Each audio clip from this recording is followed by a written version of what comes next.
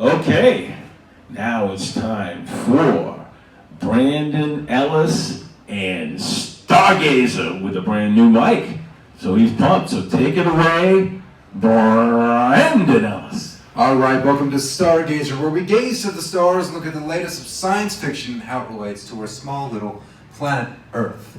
Now, a few months ago, I shared on the Halftime Howie show some very tragic news.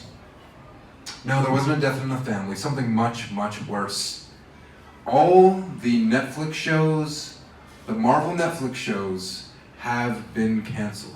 So Marvel, back in 2015, they made this great deal with Netflix where they would get some street-level heroes and give them their own shows. And we saw with Daredevil and Jessica Jones and Luke Cage such quality content, and then it dipped a little bit with Iron Fist.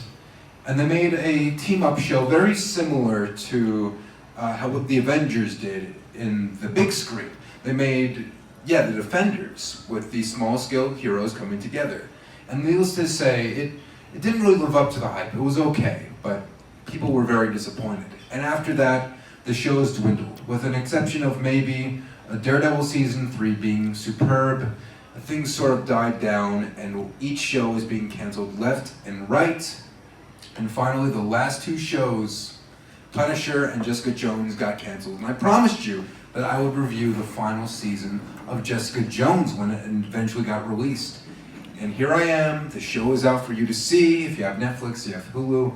I can't talk to you, but if you have Netflix and you saw it, let's talk about this show. Now, Howie, have you seen any Jessica Jones? I have not. Well, let me explain to you and Okay. the viewers at home what Jessica Jones is about.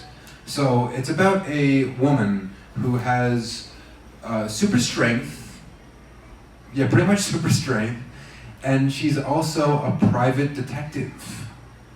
And unlike a lot of other superhero shows and superhero movies, this is extremely grounded. You see her living her daily, everyday life, while also having these superhuman abilities.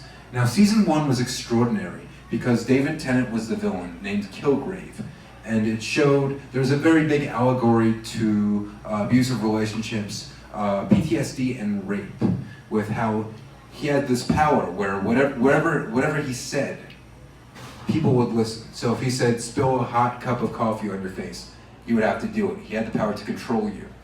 And so that was deep, it was interesting. Now, season 2, a lot of people complained about because it was convoluted. Apparently, Jessica Jones' mother, who died in a car crash, came back and had super strength like her. It was kind of weird, but I enjoyed it.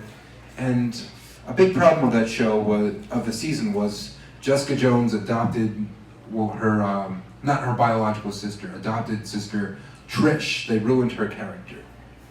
I'm happy to say in season 3, a lot of the complaints people had about season 2 were diminished. Now, a lot of the characters ended on a place of hope in season 2. Malcolm received a job through Hogarth, who has a law firm. But it turns out this law firm is a lot more shady than he anticipated. So you deal with that. You deal with Hogarth and her personal life. She is dying of, trying to think what it is. I think it's Lou Gehrig's disease, something like that. She is dying and she has to deal with that.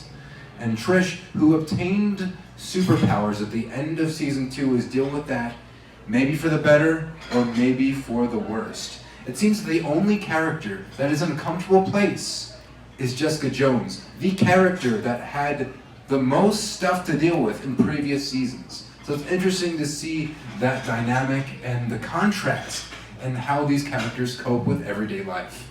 Now, the past 2 seasons we had super-powered antagonists. This season is a lot more grounded, and that's saying something because it's a pretty grounded show. It's not typical CG fights. The villain is actually a serial killer. Not anyone with superpowers, but someone who could really get under your skin and find ways to commit serious crimes while hopping away from the law. And they handled that extremely well. People may complain that it's a little bit slower, but once it builds up, when you see all the drama that ensues with all these characters, and when it all ties in together, it really pays off. Now there's one more character named Eric who actually, he's a foil, a love interest of Jessica Jones, and his power, he senses evil in people. He gets headaches and senses evil. A very different superpower, but it's interesting and you should see it for yourself. It's done and handled very well. So all in all, Jessica Jones Season 3 is a very good swan song to not only Jessica Jones, but all of Marvel, Netflix. So I say check it out. That was Stargazer. Great job, Brandon Ellis with Stargazer.